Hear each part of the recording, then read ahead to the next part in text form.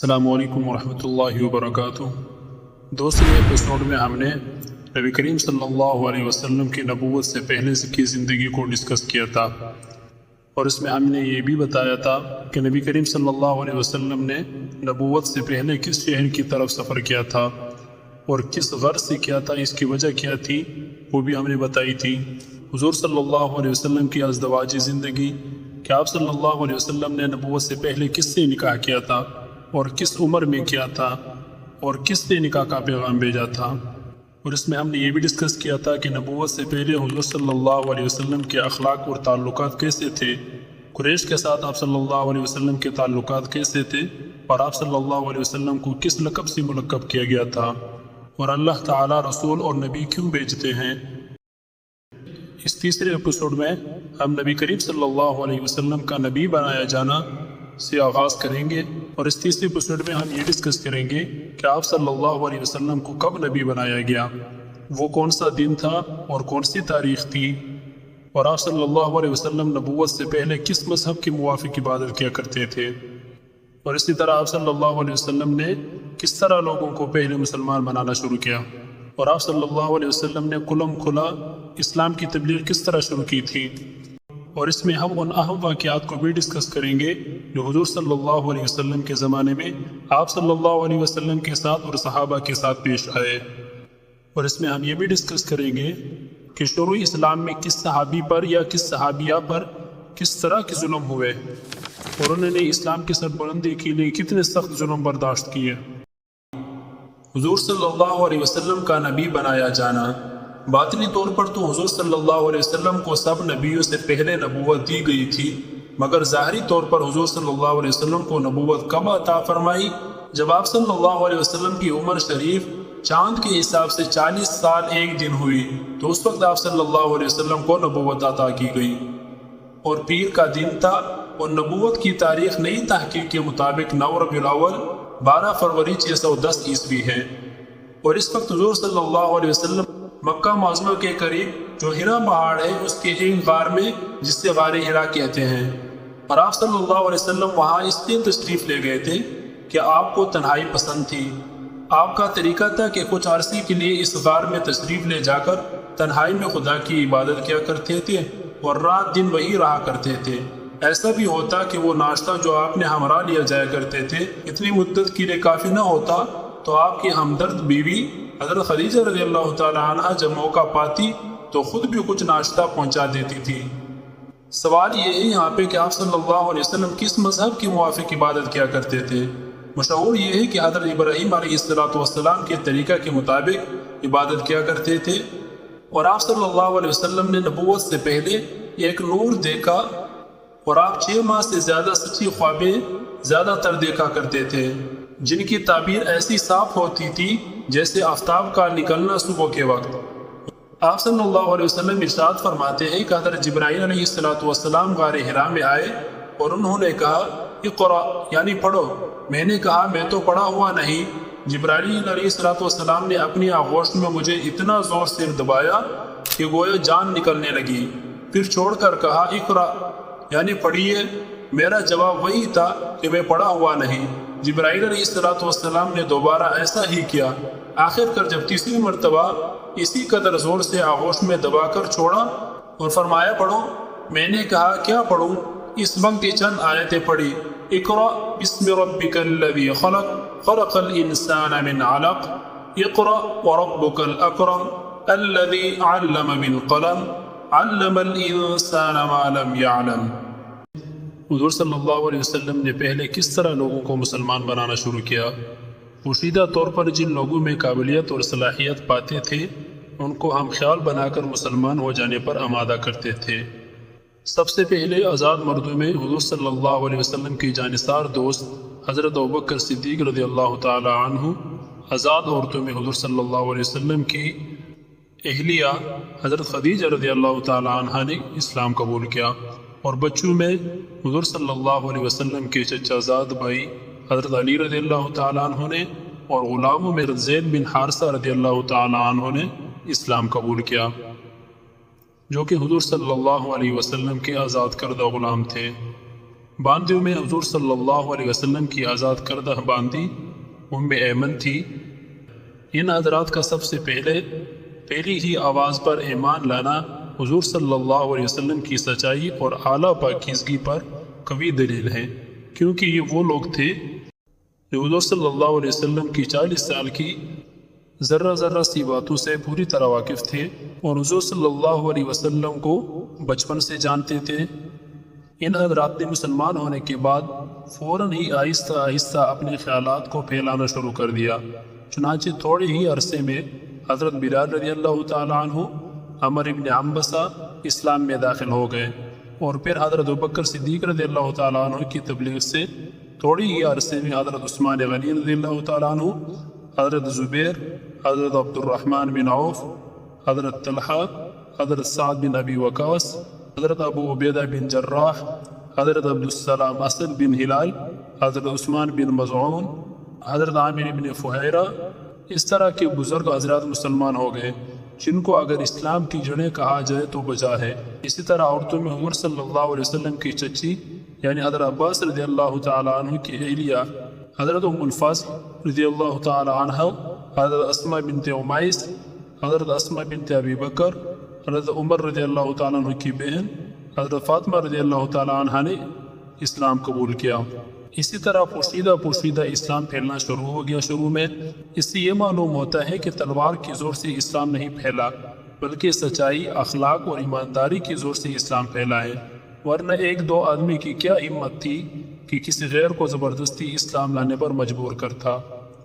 اور خصوصاً ایسے وقت میں جب کہ دنیا ان کی دشمن ہو۔ حضرت ابوبکر صدیق رضی اللہ تعالیٰ عنہ اور دیگر حضرات کی اس خطرناک زمانہ میں کوششوں سے معلوم ہوتا ہے کہ مسلمان کا پہلا فرض یہ ہے کہ وہ تمام مصیبتوں سے بے پرواہ ہو کر اسلام کی ترقی کے لیے ہمیشہ جان توڑ کر کوشش کرتا رہے۔ سوال یہ ہے کہ اسلام کی دعوت کتنے عرصے تک پوشیدہ طور پر ہوتی رہی؟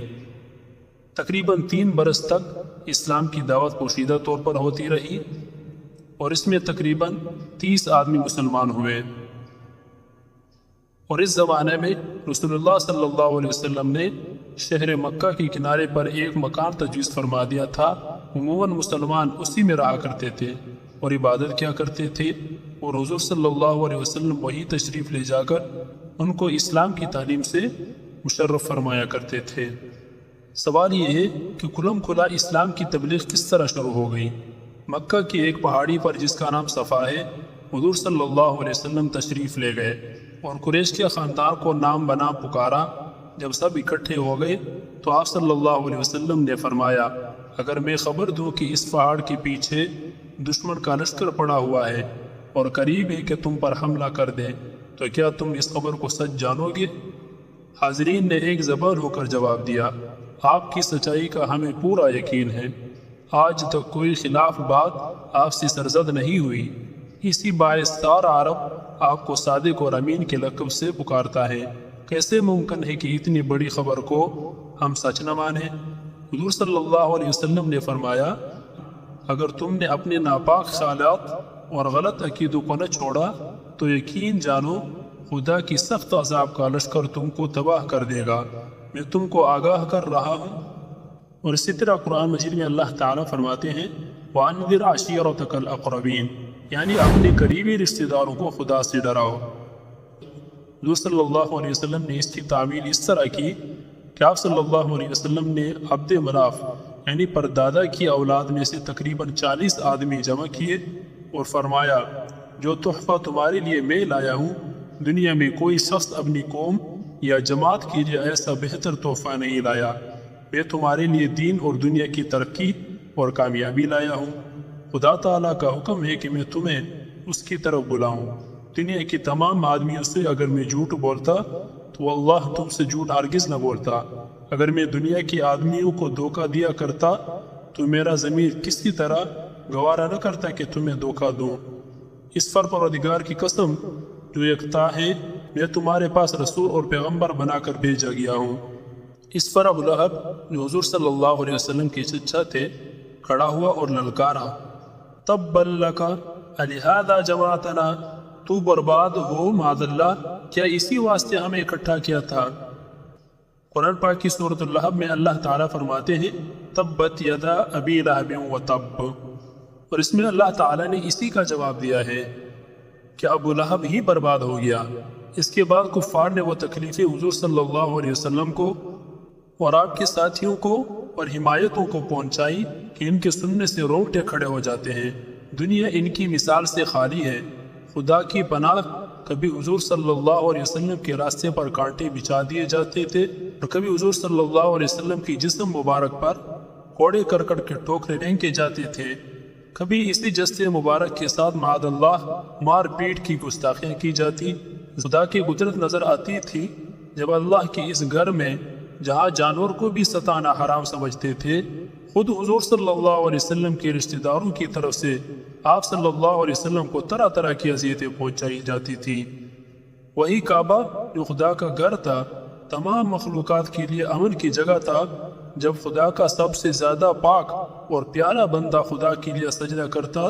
تو کبھی گردن میں کپڑا ڈال کر کھینچا جاتا جس سے گلا گھٹنے لگتا، آنکھیں باہر کو نکل آتی تھی، کبھی اس مقدس سر کو کچلنے کی کوشش کی جاتی تھی جو خدا کے بے خوف گھر میں اللہ کے سامنے زمین پر رکھا ہوا تھا، کبھی خدا کے اس پاک اور محبوب بندے کو شہید کر دینے کے منصوبے کیے جاتے تھے۔ دوپہر کے آگ برسانے والی دھوپ میں حضرت بلال رضی اللہ تعالی عنہ کو ننگا لٹا کر ان کے سینے پر پتھر رکھ دیا جاتا کہ ہل بھی نہ سکے، گردن میں رسی باندھ کر بچوں کے حوالے کر دی جاتی کہ پہاڑ کے پتھروں میں گھسیٹے پھرے، کسی کو گائے اور اونٹ کے کچے چمڑے میں لپیٹ کر دھوپ میں پھینک دیا جاتا۔ بخت ابو جہل، تیرا وہ ظلم ہمیشہ یاد رہے گا کہ تو نے بی بی سمیہ رضی اللہ تعالی عنہ کے نازک حصہ میں نیزہ مار کر شہید کر ڈالا تھا۔ دنیا کبھی نہیں بھول سکتی کہ ان کم بختوں نے 3 برس تک برابر حضور صلی اللہ علیہ وسلم کا اور حضور صلی اللہ علیہ وسلم کے ساتھیوں کا مقاطعہ رکھا تھا۔ کوشش یہ کی گئی تھی کہ کسی طرح پانی کا ایک گھونٹ یا کھانے کے ایک لقمہ بھی اللہ کے ماننے والوں تک نہ پہنچ سکے۔ بچے بھوک کے مارے راتوں کو بلبلاتے، ان کے وہ رشتہ دار جو ان بچوں پر مکھی کا بیٹھنا بھی گوارا نہ کر سکتے تھے، ان کی بلبلاہٹ سنتے پھر اگر کان رکھتے تو یقیناً پٹ جاتے، لیکن ان کی دل ایک لمحہ کے لیے بھی متاثر نہیں ہوئے۔ قصور تو صرف اتنا تھا کہ اللہ کو ایک کیوں کہتے ہو، پتھروں کو کیوں نہیں پوجتے، لوٹ مار، شراب خوری، جوا بازی، فحش کاری اور ہزاروں قسم کے برے کاموں میں ہمارا ساتھ کیوں نہیں دیتے۔ وہی اللہ کا یکتا بندہ جو سارے جہاں کے لیے رحمت بن کر آیا تھا، جب ان کے فائدے کی باتیں سناتا تو وہ شور مچاتے کہ کوئی سن نہ سکے۔ آپ صلی اللہ علیہ وسلم کو معاذ اللہ مجنون کہتے تاکہ حضور صلی اللہ علیہ وسلم کی بات پر کوئی کان نہ لگا سکے۔ طارق بن عبداللہ محاربی ایک صحابی ہیں، اسلام سے پہلے ذی المجاز کے بازار میلے میں گئے تھے تو انہوں نے دیکھا کہ ایک شخص سرداریوں کی چادر اوڑھے ہوئے ہیں اور پکار رہا ہے، لوگوں کہہ دو کہ اللہ کے سوا کوئی معبود نہیں، کامیاب ہو جاؤ گے۔ دوسرا شخص پتھر لیے ہوئے ان کے پیچھے لگا ہوا ہے، پتھروں کی مار سے قدموں اور ٹخنوں کو لہو لہان کر دیا ہے، وہ گلا پاڑ پاڑ کر للکار رہا ہے، اس کا کہنا مت مانو، جھوٹا ہے، معاذ اللہ۔ میں نے کہا یہ کون ہے؟ لوگوں نے بتایا عبد المطلب کے خاندان کے ایک نوجوان ہیں۔ میں نے پوچھا پتھر مارنے والا کون ہے؟ جواب دیا گیا کہ ان کا چچا عبد العزیٰ، جس کو ابو لہب کہتے ہیں، الغرض ایک سچی آواز تھی۔ ظالموں کا ظلم اس کو دبانا چاہتا تھا، مگر مظلومیت کا شعلہ اس کو دن بدن بڑھکا رہا تھا۔ ظلم اور سختی جب کارگر نہ سمجھی گئی تو طمع بھی دی گئی۔ حضور صلی اللہ علیہ وسلم سے عرض کیا گیا، اگر حسینہ کی تلاش ہو تو سارے عرب کی عورتیں پیش ہیں، جس کو چاہو پسند کر لو۔ اگر روپیہ کی ضرورت ہو تو عرب کے خزانے موجود ہیں، اگر حکومت کی تمنا ہو تو ہماری گردنیں غلامی کے لیے حاضر ہے، ہم رعایا بنتے ہیں اور آپ کو بادشاہ بناتے ہیں۔ مگر جواب ایک تھا، وہ یہ کہ اگر ایک ہاتھ پر چاند اور دوسرے ہاتھ پر سورج بھی لا کر رکھ دیں تو خدا کی قسم میں اس قدم سے نہ ہٹوں گا جس پر میرے خدا نے مجھے جما دیا ہے۔ مختصر یہ کہ وہ ایک پکار تھی، حضور صلی اللہ علیہ وسلم کی زبان سے ادا ہوتی تھی۔ نافرمان مخلوق نے ہزاروں کوششوں سے دبانا چاہا، مگر وہ خدا کی پکار تھی، اللہ کی آواز کو بلند ہونا تھا وہ بلند ہوئی اور آج تک بلند ہے، اب تمہارا فرض ہے کہ آئندہ اس کو بلند رکھو۔ اسی طرح مکہ کے لوگوں میں سب سے زیادہ دشمن کون کون تھے جو آپ صلی اللہ علیہ وسلم کو سب سے زیادہ تکلیف دیا کرتے تھے؟ اس میں حضور صلی اللہ علیہ وسلم کا چچا ابو لہب، ابو جہل جس کا نام عامر تھا، اور اس کا بھائی عاصی اور ولید بن عتبہ، اور ان کا انجام یہ ہوا کہ جنگ بدر میں کتے کی طرح مارے گئے تھے۔